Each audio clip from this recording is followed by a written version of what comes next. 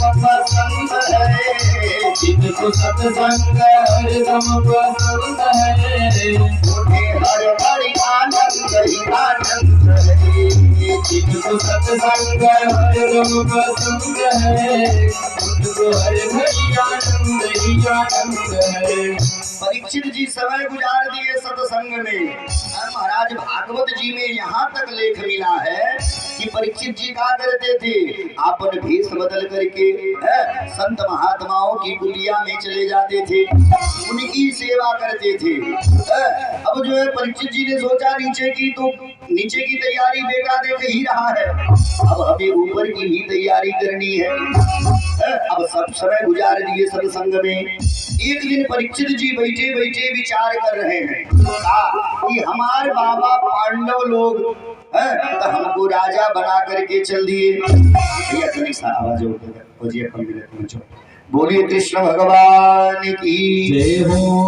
हमारे बाबा पांडव लोग तो हमको राजा बना करके चल दिए, लेकिन ये बताइए हमारे लिए हमारे बाबा लोग कुछ रख के गए हैं नहीं। यही मन में विचार लेकर के परीक्षित जी घुस गए कहा, पांडव लोगों के खजाने में। जैसे खजाने में गए कहा देख रहे एक चमचमाता हुआ सोने का मुकुट, एक चमचमाता हुआ सोने का मुकुट दिखाई दिया। अब परीक्षित जी का किए टप दे मुकुट उठाए और तुरंत सर पे लगा लिए। लेकिन अच्छी बात बता दूं, ये मुकुट के कर रहल मगध देश के सम्राट राजा जरासंध का मुकुट था। जब भीम जी जरासंध को मारे तो ये मुकुट लेकर के आए थे। वह केवल रखा हुआ था दिखावा के लिए, इस मुकुट को कोई लगाता नहीं था। अब आके परीक्षित जी मुकुट लगाए और मुकुट लगा करके जो है चल दिए नगर भ्रमण करने के लिए। अब नगर भ्रमण करते करते सुदूर जंगल में निकल गए। और जब जंगल में गए तो क्या देख रहे हैं जो है कि तत्राश्चर्यम् अहम् दृष्ट्वा। परीक्षित जी अपने आंखों के सामने एक आश्चर्य देखे, कहा कि एक गो है गाय, एक गो है बैल, एक है गाय और एक है बैल। गाय बेचारी रो रही है, अब बैल समझा रहा है। अब बैल के 3 पैर टूटा हुआ है, बैल के 3 पैर टूटा हुआ है। बोलिए कृष्ण भगवान की जय हो। देखिए माता जी की तरफ से ठाकुर जी के श्री चरणों में 11 रुपया। भगवान इनके परिवार का कल्याण करे। बोलिए हनुमान जी महाराज की जय हो। और जी ध्यान से सुनिएगा, बैल का 3 पैर टूटा हुआ है, एक पैर पे वह बैल खड़ा है। और मैं स्पष्ट कर देना चाहता हूँ कि यह गाय कौन है बैल कौन है। गाय के रूप में है पृथ्वी माता और बैल के रूप में है धर्म। अच्छी बात बता रहा हूँ, सतयुग में धर्म रूपी बैल के पास 4 गो पैर था। सतयुग में 4 पैर था। कौन कौन कि सत्यम शौचम दया दानम यत्र धर्मश्चतुर्विधः। सतयुग में धर्म के पास 4 पैर था। 4 पैर था ना धर्म के पास, तो हमारी और आपकी आयु थी 1 लाख वर्ष। प्रत्येक मनुष्य को सतयुग में कम से कम 1 लाख वर्ष जीना पड़ता है। ठीक, लेकिन जब सतयुग बीता आ गया त्रेता। जब त्रेता आया तो धर्म का 1 पैर टूट गया, सत्य गायब हो गया, धर्म का 1 पैर टूट गया। अब क्या पता चला, अब 1 लाख में से 1 जीरो छटका दीजिए, कितना बचल 10,000। 10,000 बचा। ये त्रेता युग का आयु है। त्रेता युग में प्रत्येक मनुष्य को कम से कम 10,000 वर्ष जीना पड़ता था। अब सुनिए, त्रेता बीता आ गया द्वापर। द्वापर आते आते पवित्रता गायब हो गया। अब 10,000 में से जो है 1 जीरो और छटका दीजिए, यानी धर्म का 2 पैर टूट गया। 10,000 में से 1 जीरो और छटकाइए, कितना बचल 1,000। ये जो है द्वापर युग की आयु है।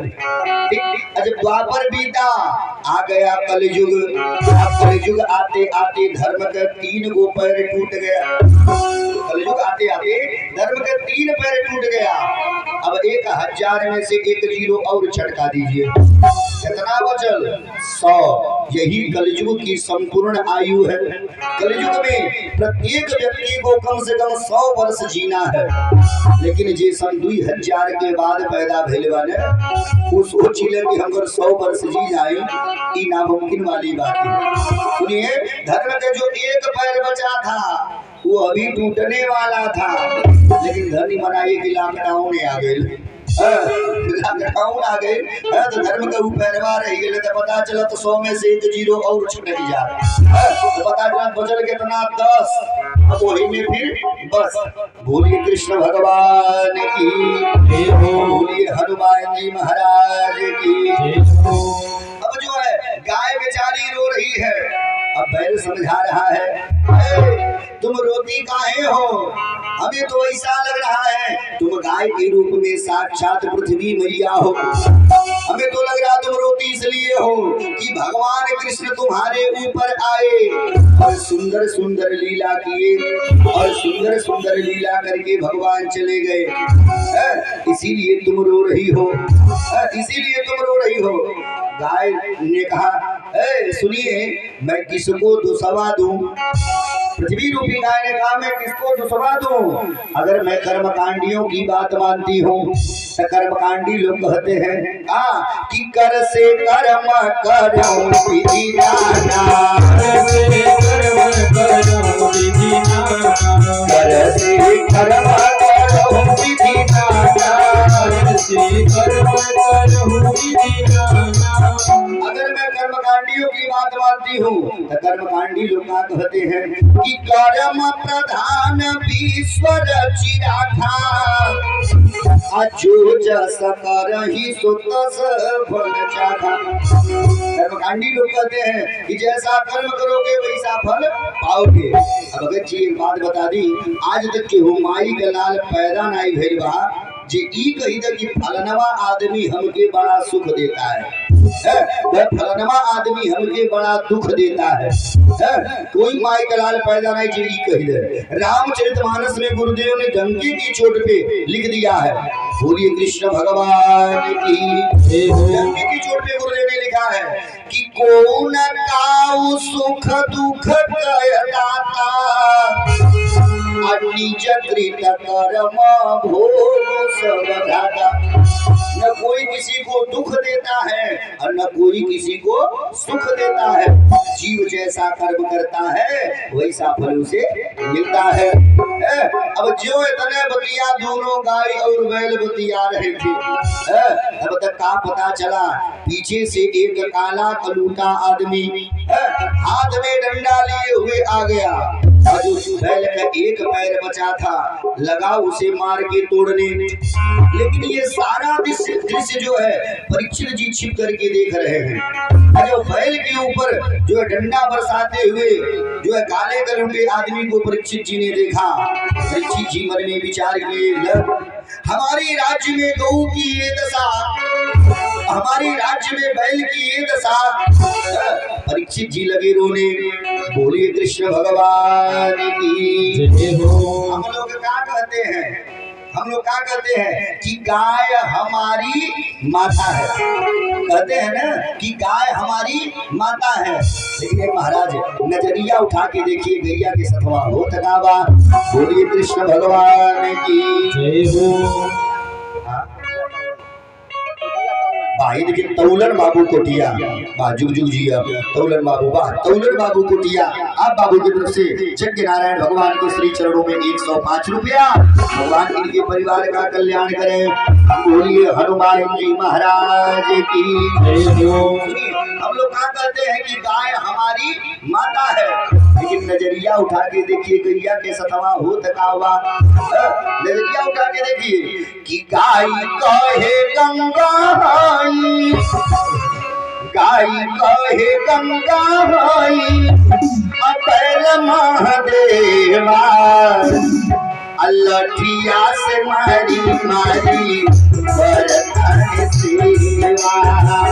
लठिया से मारी मारी करतन सेवा लठिया से मारी मारी करतन सेवा लठिया से मारी मारी करतन सेवा आई कहे गंगा माई कैल महादेवा आई कहे गंगा होई कैल महादेवा लठिया से मारी मारी करतन सेवा लठिया से मारी मारी करतन सेवा लठिया से मारी मारी करतन सेवा। ये देखिए बाबू की तरफ से जय नारायण भगवान के श्री चरणों में 51 रुपया भगवान जी के परिवार का कल्याण करे। बोलिए हनुमान जी महाराज की जय। महाराज जब गाय हमारी माता है तो नजरिया उठा के देखिए कि हो गैया के सतमा होत गाबा कि लठिया से मारी मारी अकर सेवा। परीक्षित जी जब इस दृश्य को देखे अब महाराज परीक्षित जी रोना चालू कर दिए और रोते हुए धनुष पर बाण चढ़ाए और सामने आ गए। परीक्षित जी ने कहा सावधान, रुक जाओ सभी, मैं तुम लोगों की बातों को कब से सुन रहा हूँ। एक काम करो, अपन असली परिचय दो, मैं तो अभी मैं तुम तीनों को मार डालूंगा। पृथ्वी रूपी गाय हाथ जोड़ ली है सरकार, अरे ये तो मार ही रहा है, आप भी मार लीजिए, आप भी मार लीजिए। परीक्षित जी ने कहा काम करो, आप असली परिचय दो। अब जो पृथ्वी रूपी गाय ने कहा असली परिचय सुनना चाहते हैं सुनिए, मैं पृथ्वी जो है गाय के रूप में पृथ्वी माता हूँ और यह बैल के रूप में धर्म है और ये जो काला कलूटा आदमी है इसी का नाम है कलयुग। सरकार आप आज देख रहे हैं ना, जब से भगवान अपनी लीला संपन्न करके इस धरा धाम को छोड़ के गए हैं तब से यह काला कलूटा आदमी हम लोगों के पीछे पड़ गया है। बस एक ही बात कहता है कि तुम लोग इस पृथ्वी को छोड़ के भाग जाओ, क्योंकि इस सारी पृथ्वी पर मेरा ही साम्राज्य होगा। बतिया परीक्षित जी सुने, परीक्षित जी की आंखें लाल लाल, परीक्षित जी गुस्से में आ गए और बोल गए कलयुग सावधान। जैसे धनुष पर बाण चढ़ाए महाराज कली कलाबाज है, कलयुग कलाबाज है, तब पदे आकर के परीक्षित जी के चरणीय में गिर पड़ा। जब चरणों में गिरा तब तक परीक्षित जी को इनके बाबा पांडव लोगों की बात याद आ गई। पांडव लोगों की बात आ गई, ये बेटा दुश्मन है, अगर शरण में आ गया तो उसे माफ कर देना। परीक्षित जी ने कहा बेटा कलयुग तुमको मारने के लिए तुम मार देगा, लेकिन हमारे बाबा लोग कह के गए हैं, इसलिए काम करो जो है तुम मेरे साम्राज्य को छोड़ करके दूर भग जाओ। कलयुग हाथ जोड़ लिया है सरकार, इस सारी पृथ्वी पर आप ही का राज्य है। बताइए मैं जाऊं तो कहाँ जाऊं, जाऊं तो कहाँ जाऊं। तब यहीं पर परीक्षित जी ने कलयुग को रहने के लिए 4 गो स्थान दिया, 4 गो स्थान दिया। और कौन कि द्यूतम पानम स्त्रियः सूना अयत्र धर्मश्चतुर्विधः। परीक्षित जी ने कलयुग को रहने के लिए 4 गो स्थान दिया। 1 नंबर पे द्यूतम, जहाँ जुआ खेला जाता हो, देखिए जहाँ जुआ खेला जाता है वहाँ कलयुग के वास होता है। दूसरे नंबर पे पानम यानी मदिरा पान है, जहाँ मदिरा पान होता है वहाँ कलयुग का वास होता है। तीसरे नंबर पे हिंसा, जहाँ पे हिंसा होता है वहाँ पर कलयुग का वास होता है। और चौथे नंबर पे स्त्रिय हसूना, जहाँ पे वेश्यावृत्ति होती है वहाँ पर कलयुग का वास होता है। जो है परीक्षित जी ने कलयुग को रहने के लिए 4 गो स्थान दिया। अब कलयुग मन में विचार कर रहा है, राजा बड़ी चालाक है, 4 स्थान दिया और चारों एकदम बेकार। लेकिन चलो देखो इन 4 में से राजा के अंदर कोई कमी है कि नहीं है, अभी न अपने बस में करूंगा। अरे महाराज सुनिए, जुआ परीक्षित जी जहाँ होता था उधर देखबे नहीं करते थे। आए कि एक बार इनकर बाबा पांडव लोग जुआ खेले, तब महाभारत हुआ था। परीक्षित जी जुआ खेलते नहीं थे, मदिरा पीते नहीं थे, पर स्त्री को अपनी माँ समझते थे, हिंसा करते नहीं थे। अब कलयुग सोचा ये तो राजा के अंदर इसमें से कोई अवगुण नहीं है। अच्छी बात बता दूं, एक राजा के अंदर ये चारों गुण अवगुण होता है। पहला नंबर, राजा जो है जुआ भी खेलता है, राजा मदिरा पान भी करता है, राजा पर स्त्री गमन भी करता है, और राजा हिंसा भी करता है। लेकिन परीक्षित जी के अंदर इन चारों में से कोई भी अवगुण नहीं था। अब सुनिए क्या हुआ, कलयुग हाथ जोड़ लिया कि राजा को मैं कैसे बस में करूंगा। हाथ जोड़ करके कलयुग बोल गया, सरकार आपने हमें रहने के लिए 4 गो स्थान दिया है, लेकिन चारों एकदम खराब है। कोई ऐसा स्थान दीजिए जहां मैं रह सकूं। परीक्षित जी ने कहा, ये बताओ तुम्हारे रहने से हमें फायदा क्या होगा, तुम्हारे रहने से हमें फायदा क्या होगा। जो है कलयुग बोल गया है, सरकार अरे हमारी बात सुनिए। अरे सतयुग में जो है तप करने से, द्वापर में यज्ञ करने से जो है जो लाभ मिलता था ना, वह लाभ मैं कलयुग में आपको सोचने मात्र से दिला दूंगा। ये वह लाभ मैं आपको सोचने मात्र से दिला दूंगा। बोलिए कृष्ण भगवान की, बोलिए हनुमान जी महाराज की, गोविंद बोलो हरि गोपाल बोलो,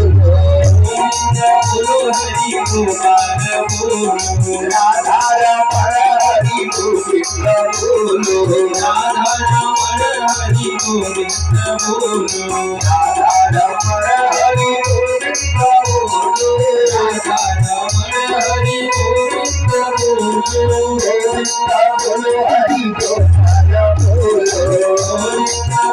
हरि गोपाल बोलो। बोलिए भक्तवत्सल भगवान की।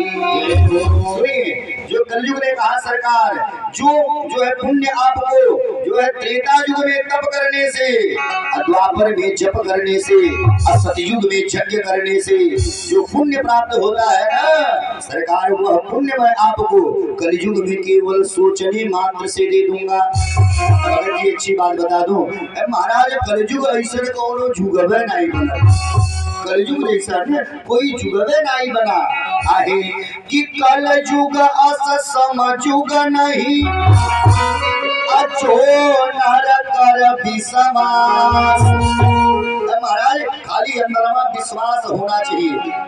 सुनिए हमारी बात मानिए, मान के चलिए आप ग्राम सभा कोटिया में है, सवेरे सवेरे उठिए, उठ करके स्नान करने के लिए बाल्टी में पानी भर लीजिए, पानी भर के लोटा पकड़ लीजिए, आंख बंद करिए, ध्यान लगाइए कि हरिद्वार से गंगा जी में से जल लेकर के स्नान कर रहा हूँ, हरिद्वार जी जो है गंगा जी में से जल लेकर के स्नान कर रहा हूँ।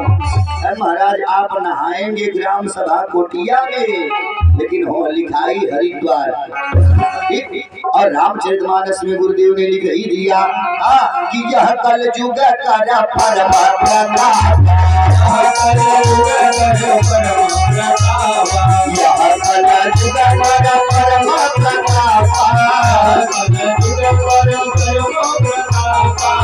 मानस पुण्य नहीं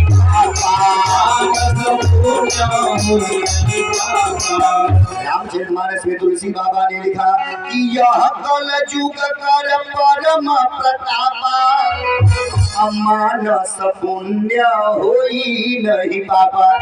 कलयुग ने कहा, सरकार मैं आपको जो है सतयुग में यज्ञ करने से, द्वापर में तप करने से, और जो है त्रेता में यज्ञ करने से जो लाभ मिलता था, वह लाभ मैं आपको कलयुग में सोचने मात्र से दिला दूंगा। अच्छा इतने बतिया जो है परीक्षित जी सुने। परीक्षित जी ने कहा, तो जाओ अब तुम सोना में भी वास करो। परीक्षित जी के मुंह से निकल गया सोना में वास करो। लेकिन अच्छी बात बता दूं, अगर कलयुग का वास सोना में है, कलयुग का वास अगर सोना में है, ये बताइए कलयुग का पाप है ना, इस पाप को हम और आप अपने शरीर पे क्यों धारण करते हैं? अगर कलयुग में कावास सोना में है तो उस सोना को हम और आप अपने शरीर पे धारण क्यों करते हैं? आखिर प्रश्न उठता है ना। सुनिए, अगर इसका उत्तर जानना है तो हमें चलना पड़ेगा गीता जी में। इसका उत्तर अगर जानना है तो चलना पड़ेगा गीता जी में। गीता में भगवान अर्जुन से कहते हैं कि अर्जुन कि धातु नाम असमिन कांचन, अर्जुन धातुओं में सोना मैं हूँ। गीता में भगवान अर्जुन से कहते हैं, और यहाँ परीक्षित जी ने कलयुग को रहने के लिए सोना में स्थान दिया।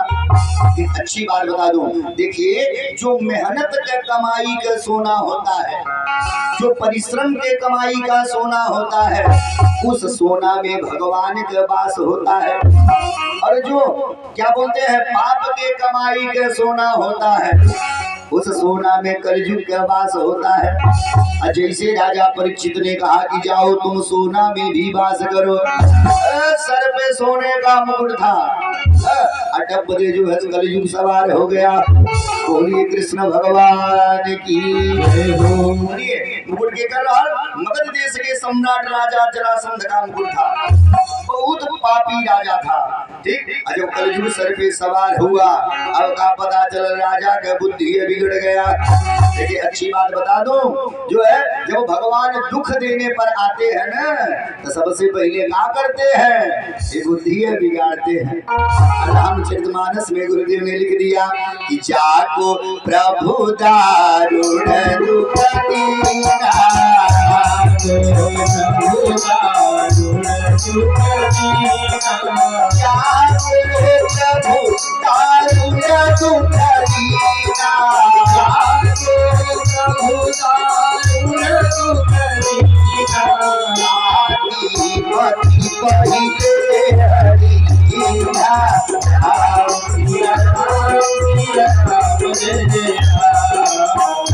जब भगवान दुख देने पर आते हैं तो सबसे पहले बुद्धि बिगाड़ते हैं कि जाको प्रभु दारुण दुख दीना, की मति पहिले हरि लीला। भगवान सबसे पहले बुद्धि बिगाड़ते हैं। महाराज जब कलयुग सवार हुआ, अब राजा की बुद्धि बिगड़ गई, राजा की बुद्धि बिगड़ गई। सुनिए, जो राजा अपने जीवन में एक चींटी तक नहीं मारा था, अब वो राजा की बुद्धि बिगड़ी। क्या किया? सेना तैयार किया और तैयार करके जंगल में शिकार खेलने चल दिया, शिकार खेलने जंगल में चल दिया। अब क्या पता चला, शिकार खेलते खेलते राजा जंगल में आगे निकल गया, सेना पीछे छूट गई। अब जब राजा को उस जंगल में बड़ी जोरों से प्यास लगी, राजा को उस जंगल में बड़ी जोरों से प्यास लगी। अब राजा पानी की तलाश में इधर उधर भटक रहा है कि पानिया खोजे भूमि बन पर बतवा, पानिया खोजे भूमि बन पर बतवा, पानिया खोजे भूमि बन पर बतवा, पानिया खोजे भूमि बन पर बतवा। पानिया मिले ना सब मोर हो, पानिया नयन वास लोर बहेला, पानिया मिले ना सब मोर, नयन वास लोर बहेला, पानिया मिले ना सब मोर, नयन वास लोर बहेला, पानिया मिले ना सब मोर, नयन वास लोर बहेला। अब राजा रोते हुए जंगल में पानी खोज रहा है कि पनिया खोजे भूमि बन पर बतवा, लेकिन पनिया मिले ना कवनो और हो, नयनवा से लोर बहेला। राजा रोते हुए पानी खोज रहा है, लेकिन अच्छी बात बता रहा हूँ भगत जी, अगर मौत इंतजार कर रही है बांसी, मौत इंतजार कर रही है बांसी चौराहे पर, तो किसी न किसी बहाने से आपको कोटियां से खींच के बांसी ले जाएगी। ठीक है, किसी न किसी बहाने से खींच के कुटिया से बांसी जरूर लेके जाएगी। और गुरुदेव ने लिख ही दिया कि बंद कमरे में रुक ना सकोगे, लाख पर्दों में छुप ना सकोगे। बंद कमरे में रुक ना सकोगे, लाख पर्दों में छुप ना सकोगे। बंद कमरे में रुक ना सकोगे, लाख पर्दों में छुप ना सकोगे।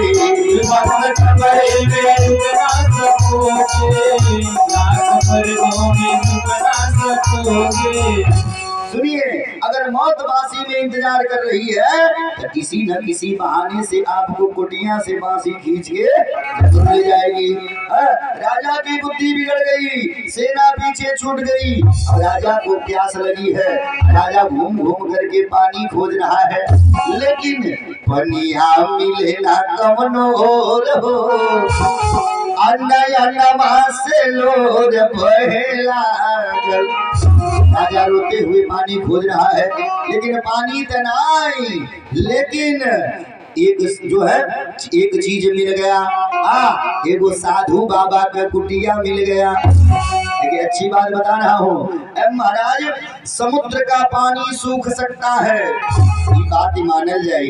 नदी का पानी सूख सकता है, यो मानल जाए। कुआं का पानी सूख सकता है, यो मानल जाए। लेकिन हाँ, अगर सच्चा संत है, सच्चा संत है तो करे कमंडल के जल कभी भी सूखने वाला नहीं है। जब राजा पानी खोज रहा, लेकिन पानी तो नहीं, लेकिन एक साधु बाबा के कुटिया मिल गया। राजा मन में सोचा अब का पानी मिलवे करी। ठीक, अब राजा कुटिया के पास पहुंचा। कुटिया के कर है, समीक ऋषि के कुटिया है, समीक ऋषि के कुटिया है। दरवाजे पर पहुंचा, अब जो है राजा बोल गया, ए बाबा, मैं राजा परीक्षित बोल रहा हूँ। बाबा, मैं आपके दरवाजे पर आया हूँ। बाबा, मुझे बड़ी जोरों की प्यास लगी है, मुझे जल पिलाओ। ए बाबा, मुझे कुछ खिलाओ। इधर तो राजा पानी मांगने में मस्त है, अब उधर समीक ऋषि भजन करने में मस्त है। राजा पानी मांगने में मस्त और समीक ऋषि भजन करने में मस्त। और गुरुदेव ने लिख ही दिया कि काहू काहू मगन, काहू काहू मगन, काहू काहू मगन, हम तो उनसे मगन जैसे लागी लगन, हम तो उनसे मगन जैसे लागी लगन, हम तो उनसे मगन जैसे लागी लगन, हम तो उनसे मगन जैसे लागी लगन। काहू काहू मगन, काहू काहू मगन, काहू काहू मगन, हम तो उनसे मगन जैसे लागी लगन, हम तो उनसे मगन जैसे लागी लगन, हम तो उनसे मगन जैसे लागी लगन। राजा पानी मांगने में मस्त है और समीक जी भजन करने में मस्त है। जब कई बार राजा आवाज दिया और समीक जी आंख नहीं खोले, अब राजा परीक्षित कुटिया में प्रवेश कर गए।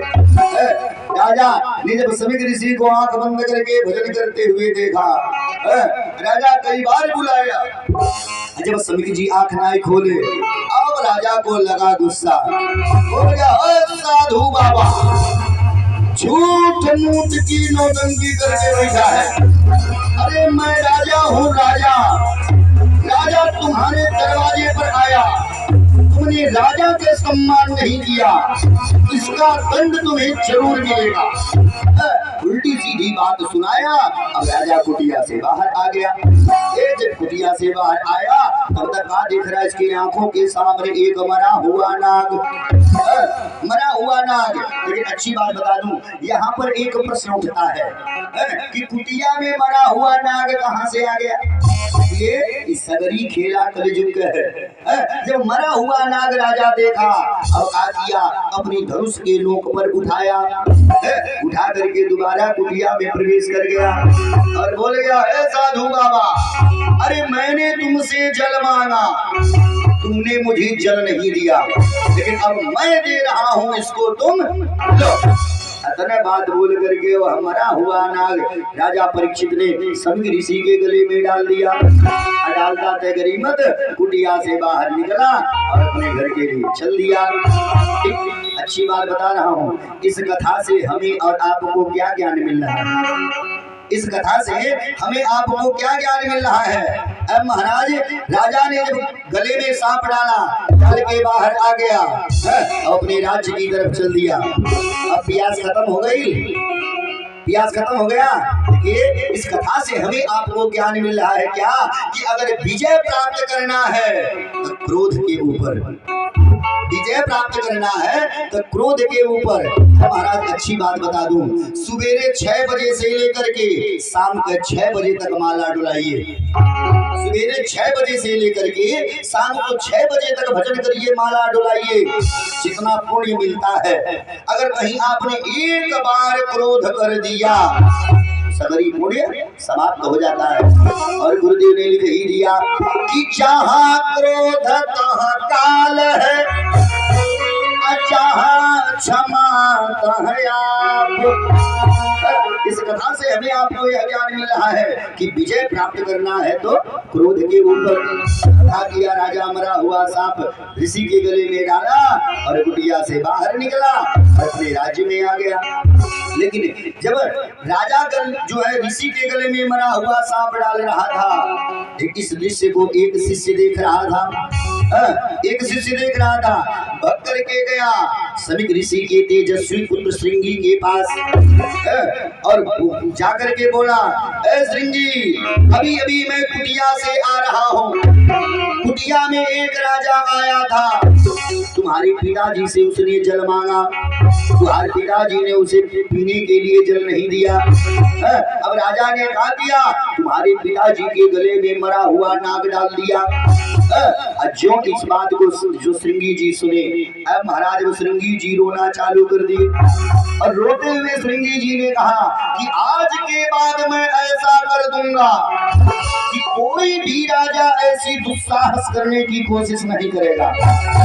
और रोते हुए श्रृंगी जी टप्परे नदी में से चल लिए और जल लेकर के बोल गए कि जिस किसी राजा ने मेरे पिता के गले में मरा हुआ नाग डाला, मैं उस राजा को श्राप देता हूँ कि आज के 7वें दिन तक्षक नाग के काटने से उसकी मृत्यु हो जाए।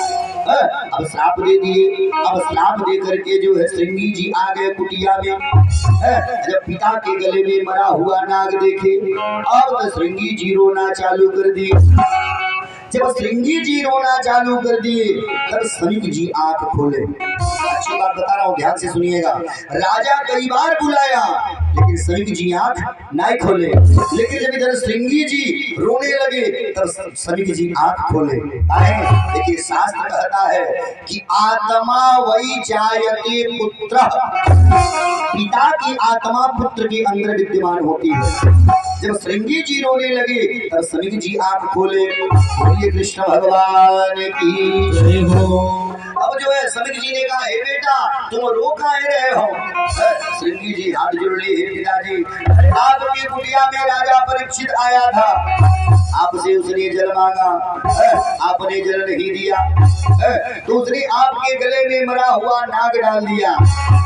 अब जो बतिया समीक जी सुने, अब समीक जी मुस्कुराने लगे। मुस्कुराते हुए बोल गए, हे बेटा सुनो, अरे वह हमारा राजा था, हम सब प्रजा है।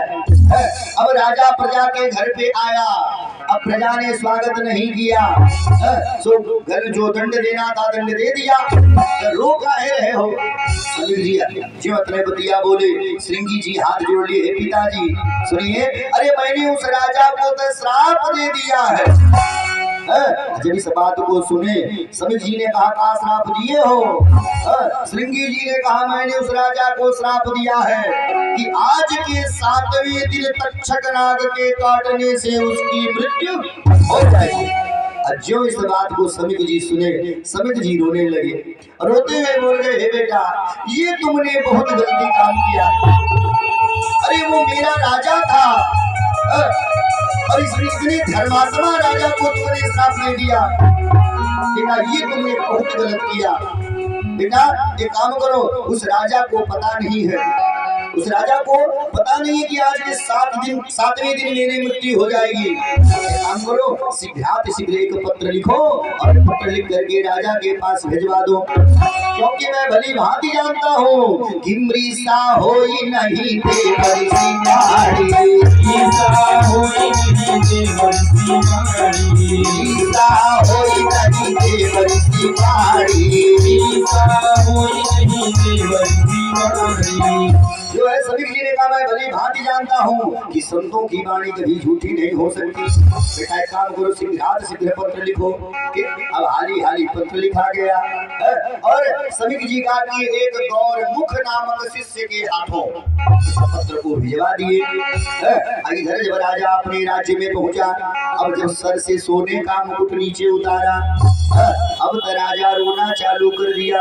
हाँ कि मैं सर्वदा संतों का सम्मान करता था और आज मुझसे इतना बड़ा पाप कैसे हो गया? मुझसे इतना बड़ा पाप कैसे हो गया? अभी राजा यह बतिया सोच रहा है और तब तक जो है गौरमुख नामक शिष्य पत्र लेकर के पहुंच गया। जब पत्र पर लेकर के पहुंचा, अब जो है राजा परीक्षित जब पत्र पढ़ रहे हैं, महाराज अब राजा खुद रो दिए। बोलिए कृष्ण भगवान की, बोलिए हनुमान जी महाराज की। राजा खुद रो दिए और रोते हुए राजा परीक्षित ने गौरमुख नामक शिष्य से कहा है जा करके अपने साधु बाबा से कह दीजिएगा कि उन्होंने श्राप दे करके हमें अच्छा नहीं किया। अरे देखिए अच्छी बात बता दूं, कोई भी व्यक्ति मरना नहीं चाहता है, कोई भी व्यक्ति मरना नहीं चाहता है। वो तो सब ऊपर के मरे का है, मर जाए तब ठीक रहे, लेकिन अंतर आत्मा से पूछिए तो कोई भी व्यक्ति मरना नहीं चाहता है। बोलिए हनुमान जी महाराज की जय हो।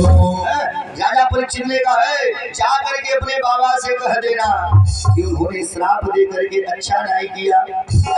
अब सुनिए उन्होंने 7 दिन दिया है ना, 7 दिन जो दिया है, अब तो मेरी इच्छा 7 मिनट की भी नहीं है। मैं चाहता हूँ कि इसी समय अगर मेरी मृत्यु हो जाए तो मेरे लिए बड़ा बढ़िया होगा। जो इतना बात हुआ, अब गौरमुख नामक शिष्य पत्र देकर के चल दिया। अब तुरंत परीक्षित जी बुलाए मंत्री शीघ्र दोनों पुरियों को सजाओ, इंद्रप्रस्थ और हस्तिनापुरी दोनों सजाओ और हमारी बिटवा जन्मेजय को राजा बनाओ। अब जो है आनंद फानन में दोनों नगरियां सजने लगी। तब तक परीक्षित जी की पत्नी ईरावती आ गई, हाथ जोड़ ली स्वामी। उन्होंने कहा हाँ देवी, अतकी क्या हो रहा है? परीक्षित जी ने कहा देवी बैठो बैठो, आज मैं दुनिया का सबसे बड़ा आश्चर्य तुझे बताने चल रहा हूँ, दुनिया का सबसे बड़ा आश्चर्य तुझे बताने चल रहा हूँ। अब जो है ईरावती बगलिए में बैठ गई। परीक्षित जी ने कहा देवी सुन, आज मैं अपने सीने पर हाथ रख करके बोल सकता हूँ कि आज के 7 दिन के भीतर मेरी मौत नहीं होगी, 7 दिन के भीतर मेरी मौत नहीं होगी। अब महाराज है कोई माई गला 7 मिनट का चैलेंज लगा है। महाराज इतनी समय हम कथा कह रहे हैं, अगले समय में कथा कही कि ना एक गारंटी बा, एक पैर आगे बढ़ता दूसरे का बढ़ी कि ना एक गारंटी बा।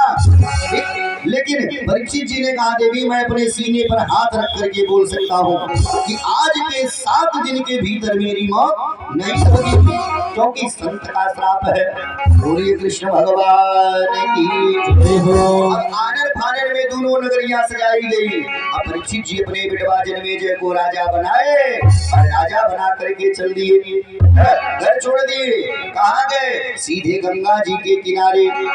अच्छी बात बता दूं, अगर हमें और आपको अगर कहीं तीर्थ यात्रा पर जाना है, अगर वहाँ 4 दिन रहे के बाद 4 दिन रहना है अयोध्या जी में जा करके, तो कम से कम 5-7 सेट कपड़ा प्रेस के धरा जाला, कम से कम 10 दिन का खाए वाला सामान धरा जाला।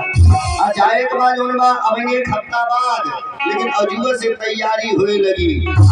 खाटी का लिट्टी बनावे के बा, चिवड़ा भूज के धरे के बा, भूजा धरे के बा, नमकीन धरे के बा, का बनला जो बिस्कुटवा बनला छठी पूजवा में का बोले जला ओके। बोलिए कृष्ण भगवान की जाए के बाद 4 दिन वहाँ रहे के बाद, लेकिन 10 दिन पहले से व्यवस्था बनता है। अच्छी बात बता दूं, जब परीक्षित जी महाराज घर छोड़े, महाराज एगो लोटो नाई लिए, एगो लोटो नाई लिए, एगो गमछो नाई लिए। जिस अवस्था में थे उसी अवस्था में परीक्षित जी महाराज घर छोड़े और सीधे गए गंगा जी के किनारे। और गंगा जी के किनारे जाकर के एक कुसा लिए और कुसा का अग्रभाग उत्तर की तरफ किए और अपने पूर्वाभिमुख अनशन व्रत में बैठ गए। लेकिन अच्छी बात बता दूं, परीक्षित जी किसी का कुछ बिगाड़े नहीं थे, किसी का कुछ बिगाड़े नहीं थे।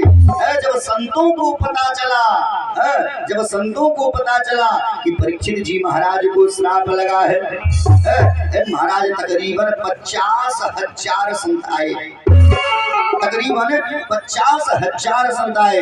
देखिए अच्छी बात बता रहा हूँ, अगर प्यासा आदमी है, अगर प्यासा आदमी है तो उसे खुद चल के कुएं के पास जाना पड़ेगा। कुआं खुद चल के उसके पास नहीं आएगा, उसे खुद चल के कुएं के पास जाना पड़ेगा। लेकिन आज मैं कथा के माध्यम से सुनाऊंगा उल्टा। महाराज कुआं खुद चल करके प्यासे के पास आएगा। बोलिए कृष्ण भगवान की। तकरीबन 50,000 संत आए और एक से एक बड़े बड़े संत है। और है कि भृगु वशिष्ठो अक्रतुमंगिराश्च अमानो पुलस्त्या पुलश्च गौतम अरभ्यो मरीचि अच्यमनश्च दक्षः। महाराज तकरीबन 50,000 संत आए।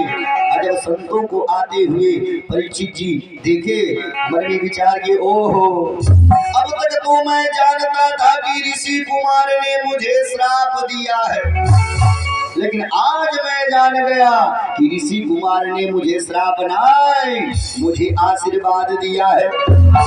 जब इतने बड़े बड़े संतों का दर्शन हो रहा है, तकरीबन 50,000 संत आए। अब परीक्षित जी ने सबको प्रणाम किया और प्रणाम करके परीक्षित जी हाथ जोड़ करके जब सबको बैठा लिए, उसके बाद से हाथ जोड़ करके सारे संतों से बस एक ही प्रश्न की, आतः पृच्छामि संसिद्धिं अयोगी नाम परमं गुरुं अपूरुषस्येह चत्कार्यं म्रियमाणस्य सर्वदा। परीक्षित जी हाथ जोड़े, हे सरकार आप इतने लोग हैं, आप इतने लोग मिल करके हमारे एक प्रश्न के उत्तर दे दीजिए कि जल्दी मरने वाले व्यक्ति को क्या करना चाहिए। जल्दी मरने वाले व्यक्ति को क्या करना चाहिए। चाहते तो यह भी पूछ सकते थे कि मृत्यु को टालने के लिए क्या करना चाहिए, लेकिन नहीं। परीक्षित जी के सब शैली के ध्यान दीजिएगा। उन्होंने कहा ये बताइए कि जो व्यक्ति जान जाए कि वो मैं जल्दी मरने वाला हूँ, उसको क्या करना चाहिए। महाराज एक से एक बड़े बड़े संत बैठे हुए हैं, लेकिन किसी ने भी परीक्षित जी के प्रश्न का उत्तर नहीं दिया। वहीं बगल जंगल में हमारे सुखदेव जी महाराज समाधि में बैठे हुए थे।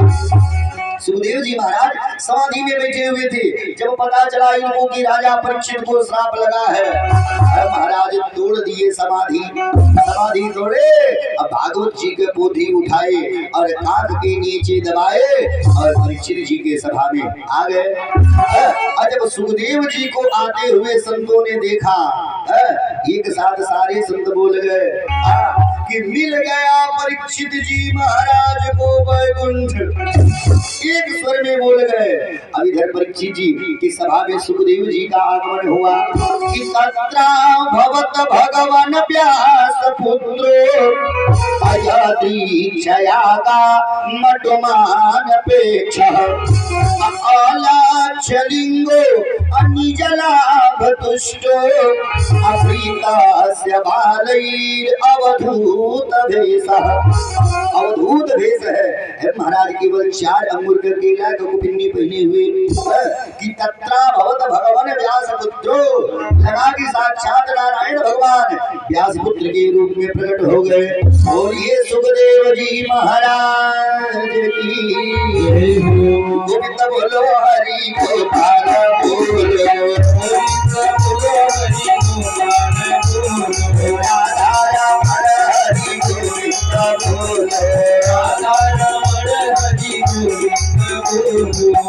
महाराज परीक्षित जी के सभा में एक से एक बड़े बड़े संत बैठे हुए हैं।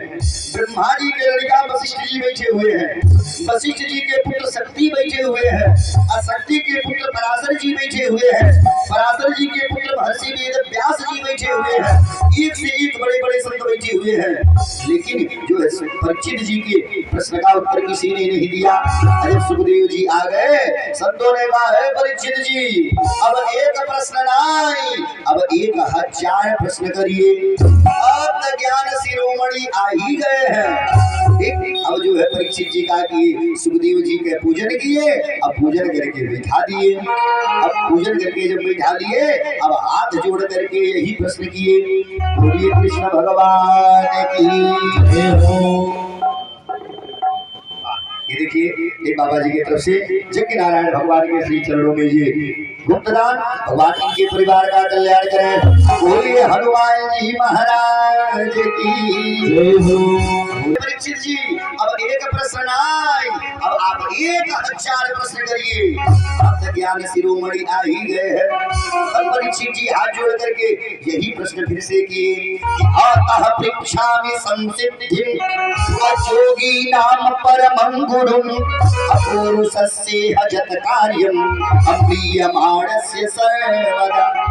ये बता दीजिए कि जल्दी मरने वाले व्यक्ति को क्या करना चाहिए। बोलिए कृष्ण भगवान की जय हो।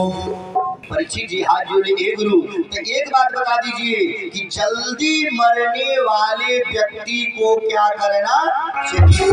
सुखदेव गुरु ने कहा परीक्षित सुनो, जो व्यक्ति जान जाए कि अब मैं मरने वाला हूँ, जो व्यक्ति जान जाए कि अब मैं मरने वाला हूँ, उसका बस एक ही काम है कि श्वास श्वास पर कृष्ण भजी, श्वास श्वास पर कृष्ण भजी, वृथा श्वास जनि को, वृथा श्वास जनि को,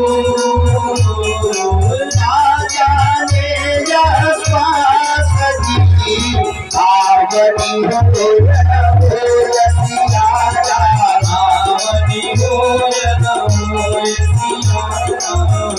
सुखदेव गुरु ने कहा परीक्षित सुनो, जो व्यक्ति जान जाए कि वो मैं मरने वाला हूँ, होकर बस एक को काम है कि श्वास श्वास पर कृष्ण भजी, अवृथा श्वास जनि खोए, ना जाने यह श्वास की आवनी हो या न हो।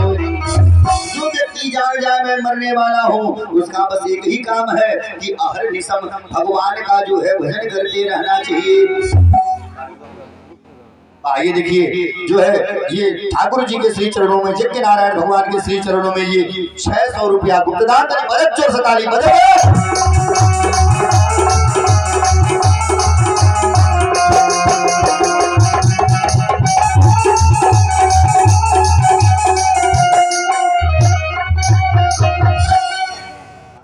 ये देखिए आराध्या बहनी चुप जी लेकर सिनाई गोड़ खराबल जाला ना बा वो खुद भगवान का रूप बाटे बा। ये देखिए आराध्या बहनी की तरफ से जगन्नाथ नारायण भगवान के श्री चरणों में ये 51 रुपया भगवान इनके परिवार का कल्याण करे। बोलिए हनुमान जी महाराज की जय हो। सुखदेव गुरु ने कहा परीक्षित जो व्यक्ति जान जाए वो मैं मरने वाला हूँ उसका बस एक ही कर्तव्य है।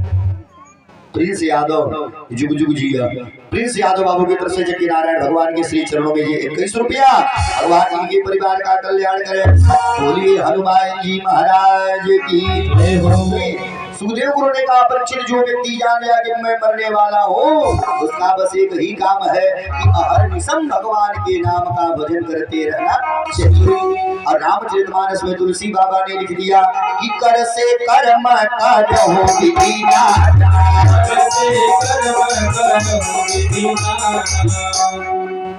बड़ा जल्दी मत सिक्का बना खाना हुआ है टफिया खाइबा का अच्छा ले ला आओ भाई देखिए नन्हे से बच्चे की तरफ से जबकि नारायण भगवान के श्री चरणों में 51 रुपया 1 रुपये बाद का भुला गया तो से घूम के आए जल से बोलिए कृष्ण भगवान की जय हो।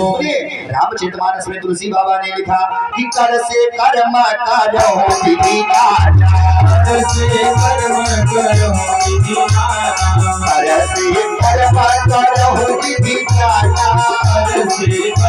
करो विधिना लेकिन मन राखे हो जहाँ की भाजी नाना मन राखे हो जहाँ की भाजी नाना। रामचरितमानस में गुरुदेव ने लिखा कि कर से कर्म करहु विधि नाना मन राखे हो जहाँ कृपा निधाना। जो व्यक्ति जान लिया कि मैं मरने वाला हूँ उसका एक ही काम है कि जो है हर सांस पे जो है भगवान के नाम का स्मरण करते रहे। सुखदेव जी जो इतने बतिया बोल गए सुखदेव जी ने कहा परीक्षित एक बात बताओ यह प्रश्न तुम मुझसे क्यों कर रहे हो आखिर बात क्या है। परीक्षित जी हाथ जोड़ लिए गुरु सुनिए मैंने एक ऋषि के गले में मरा हुआ नाग डाल दिया और ऋषि के तेजस्वी पुत्र ने मुझे श्राप दे दिया है। सुनिए श्राप तो दिए बढ़िया दिए लेकिन हे गुरु सुनिए समैया बड़ा कम दिए समैया 7 दिन का दिव्य किए। सुखदेव गुरु ने कहा परीक्षित सुनो अरे ऋषि कुमार ने तुझे श्राप नहीं तुझे आशीर्वाद दिया है। अरे जो कह रहे हो ना समैया अरे तुम्हें 7 रोज दिया है। परीक्षित जी आज सरकार 7 दिन ने सुखदेव गुरु ने कहा ना 7 रोज दिया है। आज कुटिया में परीक्षा की घड़ी है ये बताइए 7 दिन बड़ा है कि 7 रोज बड़ा है क्यों बतावे ये बताइए 7 दिन बड़ा है कि 7 रोज बड़ा है।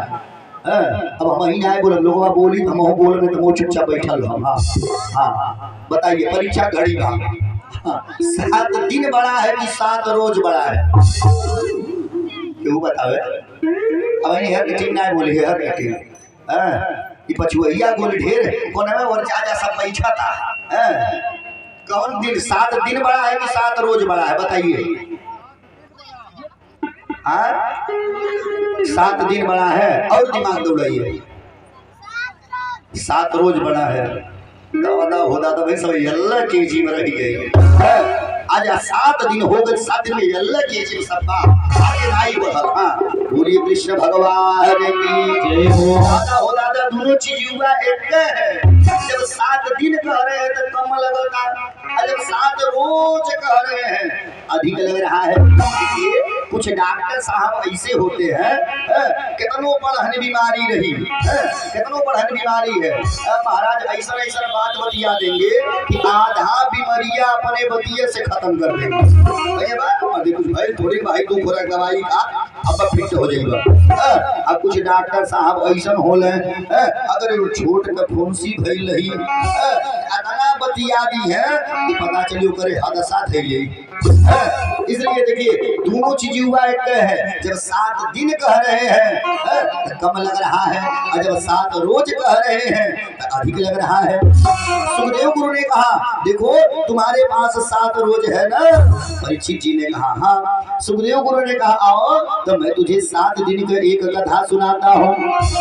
लेकिन सुनो कथा तो बहुत बड़ा है, लेकिन सुनो वही प्रश्न तुम करना जिसकी जानकारी तुम्हारे पास न हो। वही प्रश्न करना जिसकी जानकारी तुम्हारे पास न हो। बोलिए कृष्ण भगवान की, बोलिए हनुमान जी महाराज की। अजय बात सुखदेव गुरु बोले। परीक्षित जी टप्पदे हाथ जोड़ लिए और हाथ जोड़ करके सबसे पहला प्रश्न किए सृष्टि वर्णन। सृष्टि वर्णन हे सरकार तरीकी बता दीजिए भगवान की सारी सृष्टि के रचना कैसे करते हैं। अब सुखदेव गुरु ने कहा वाह राजन वाह। महाराज दुइये लोग तो धन्यवाद पाए, दुइये लोग तो धन्यवाद पाए। एक नंबर पे परीक्षित जी और दूसरे नंबर पे कौन पार्वती मैया। भोले बाबा ने कहा कि धन्य धन्य गिरिराज कुमारी, धन्य धन्य गिरिराज कुमारी। नौवा नहीं बतेगू नौवा नहीं बतेगू रसिया बैठू का। ये देखिए नन्ही सी बच्ची के तरफ से जब नारायण भगवान के श्री चरणों में 11 रुपया। भगवान इनके परिवार का कल्याण करें। तो ये लोग तो धन्यवाद पाए। एक नंबर पे परीक्षित जी, दूसरे के नंबर पे पार्वती मैया। भोले बाबा बोल गए कि धन्य धन्य गिरिराज कुमारी,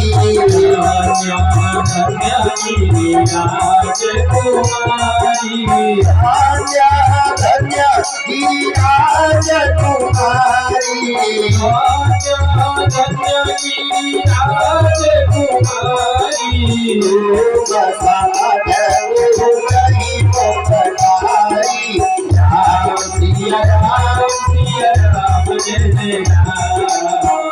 भोले बाबा बोल गए कि धन्य धन्य गिरिराज कुमारी, तुम समान को नहीं उपकारी। पार्वती मैया हाथ जोड़ ली। भोलेनाथ काहे इतना धन्यवाद दे रहे हैं। भोले बाबा ने कहा पार्वती सुनो, अरे पूछे हो रघुपति का था प्रसंगा, पूछे हो रघुपति का था प्रसंगा, पूछे हो रघुपति का था प्रसंगा, पूछे हो रघुपति का था प्रसंगा। सकल लोक जगत पार्वती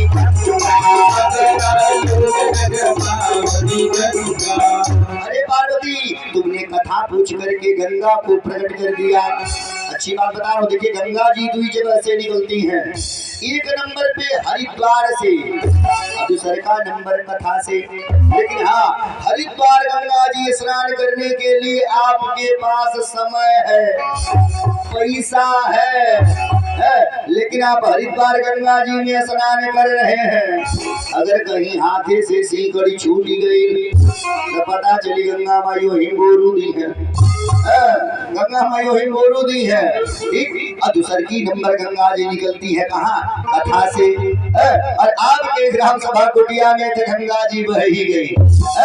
महाराज उस गंगा में स्नान करने के लिए आपके पास समय है, पैसा है, लेकिन देखिए इतना सुंदर गंगा जी आपके ग्राम सभा कुटिया में बह गई। इतना सुंदर गंगा जी बह गई। मन करे ओ पार नहाइए, मन करे ओ पार नहाइए, मन करे कभी सभा में दूध दूध नहाइए। और गुरु ने लिख ही दिया कि राम नाम दिया तो कहीं जा कोई कोई ना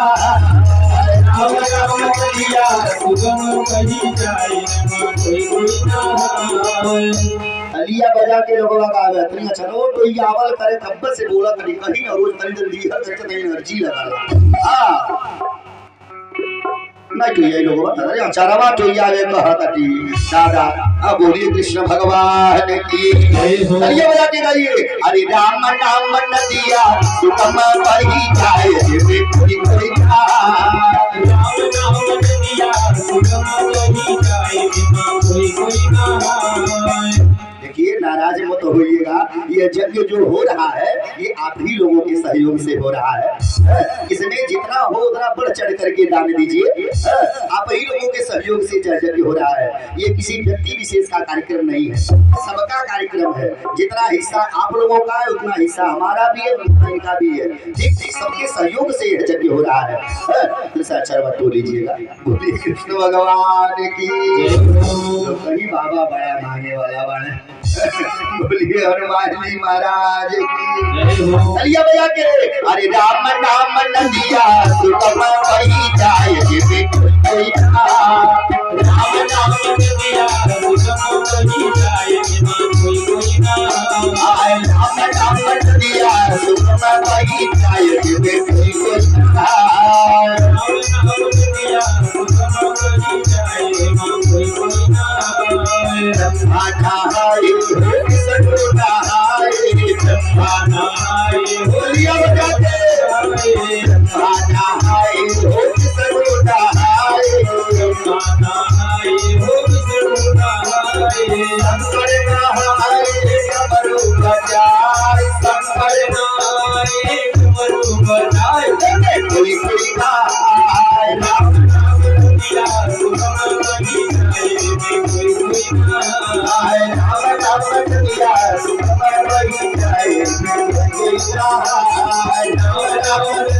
सुतम वही जाए कोई नहाए। ये कटी सी बच्ची की तरफ से जबकि नारायण भगवान के श्री चरणों में 21 रुपया गुप्तदान तो अनुवकार हो। हाँ बात ये देखिए बहनी की तरफ से जबकि नारायण भगवान के श्री चरणों में 75 रुपया गुप्तदान। भगवान जी के परिवार का कल्याण करें।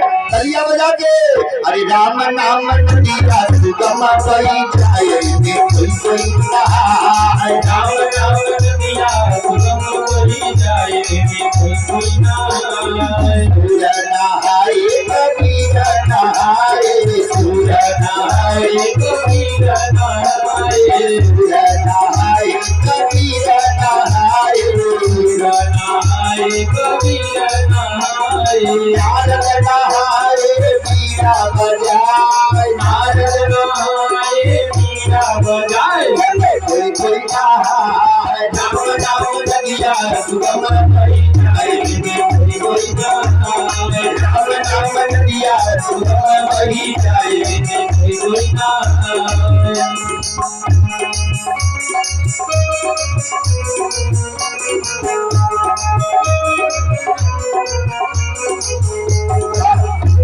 सचिन बाबू की तरफ से जबकि नारायण भगवान के श्री चरणों में 101 रुपया।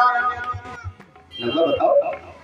निहाल बाबू नदिया सुगम वही जाए कोई कोई नहाए। राम नाम नदिया सुगम वही जाए कोई ना राम नाम नदिया सुगम वही जाए कोई कोई नहाए। राम नाम नदिया सुगम वही जाए कोई ना बोलिए भक्तवत्सल भगवान की जय हो बोलिए हनुमान जी महाराज की जय हो।